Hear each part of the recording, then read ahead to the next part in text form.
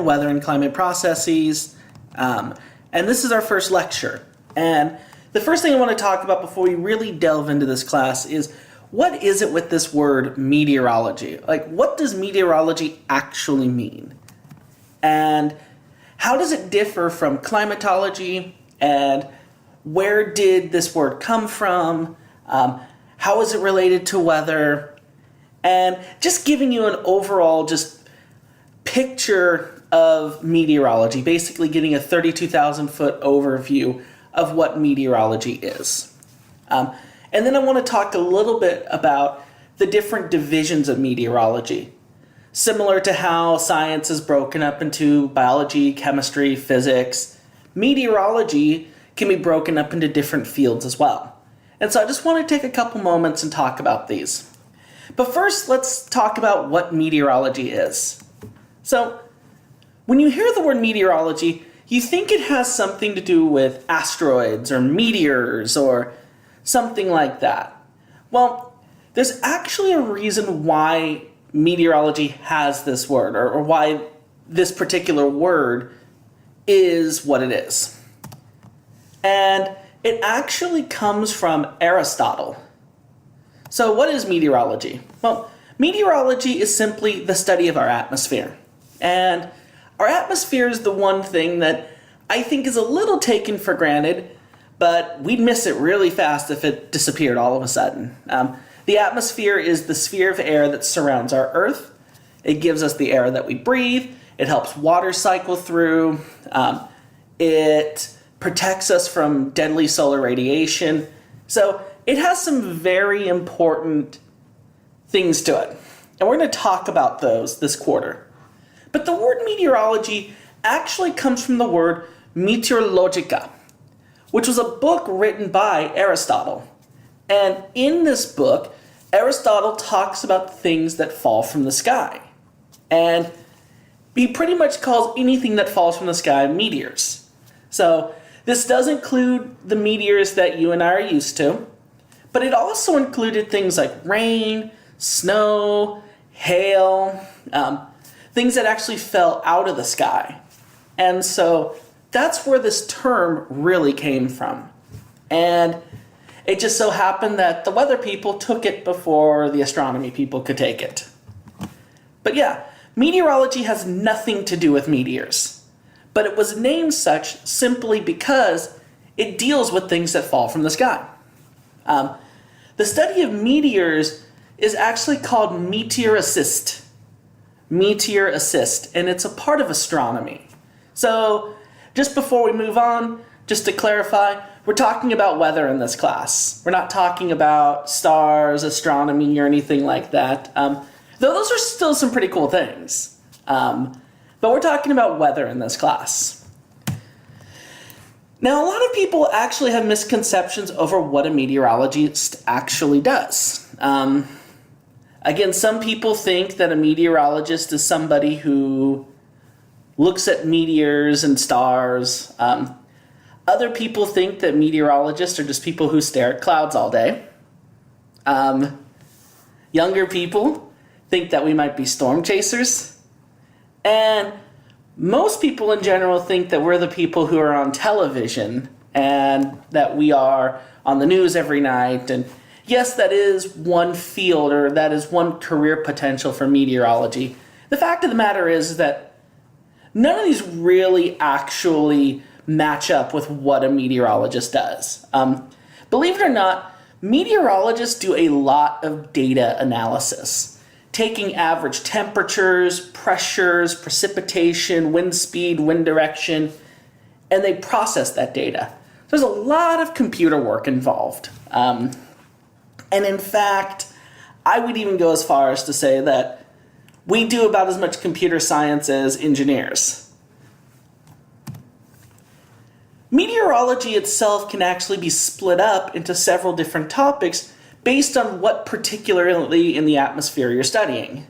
And we're going to talk about each one of these topics to some degree throughout this course.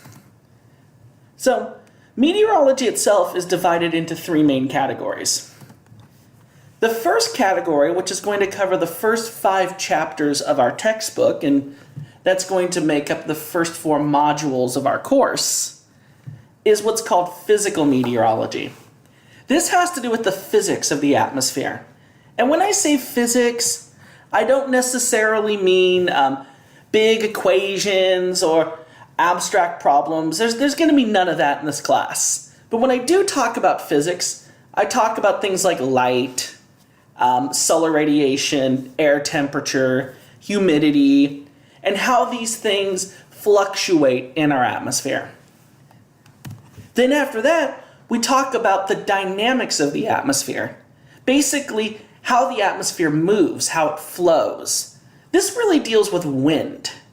And this will make up the next 2 modules, and chapters 6 and 7 in the textbook.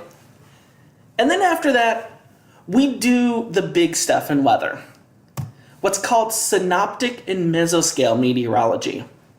This makes up chapters 8 through 11, and here we talk about storm systems, we talk about tornadoes, hurricanes, weather forecasting, mid-latitude cyclones, rainstorms, the things that give us a lot of the weather that we know and love.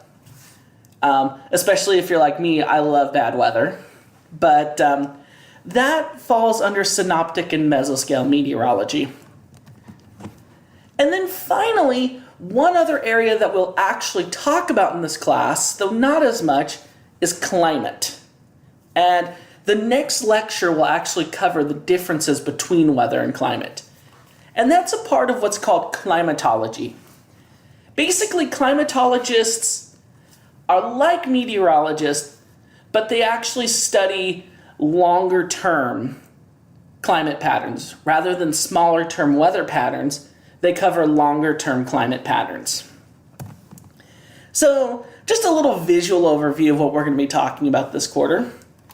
When talking about physical meteorology, we're talking about things such as clouds, radiation, rising air. As I mentioned, we're going to talk about sunlight. We're going to talk about humidity. And then when we get over into dynamic meteorology, we're going to talk about why there are all those swirls in the atmosphere. And even more so, why does the wind blow? And then when we get into synoptic meteorology, we're talking more about large-scale patterns, air masses, weather forecasting, and how these things influence our day-to-day lives. And then finally, climatology deals, rather than day-to-day weather patterns, they deal with what is defined as the normal weather patterns, what we would normally get. Now, living here in the Bay Area, we're typically used to rain in the winter, no rain in the summer. Cooler in the winter, warmer in the summer. And anybody who's lived here for long enough can typically expect that kind of a pattern. That is climate.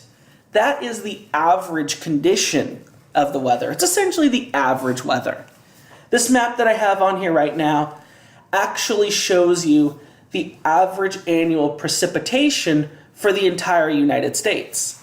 And one of the things that you notice is that climate is much more regional, meaning there are large, well-defined wet areas, places like the Pacific Northwest, up here, and then the Deep South down here. On the other hand, there are also very dry places. The desert Southwest, much of the mountain west, typically much drier. And so when we talk about climate, we're talking about averages. Places that are typically wetter, places that are typically drier. And so that's what climate is. And then we also talk a little bit about climate change. So to really understand more about the differences between weather and climate, make sure you check out my next lecture, which is the differences between weather and climate. Until then, I'm Terrence Mullins. Thank you for watching.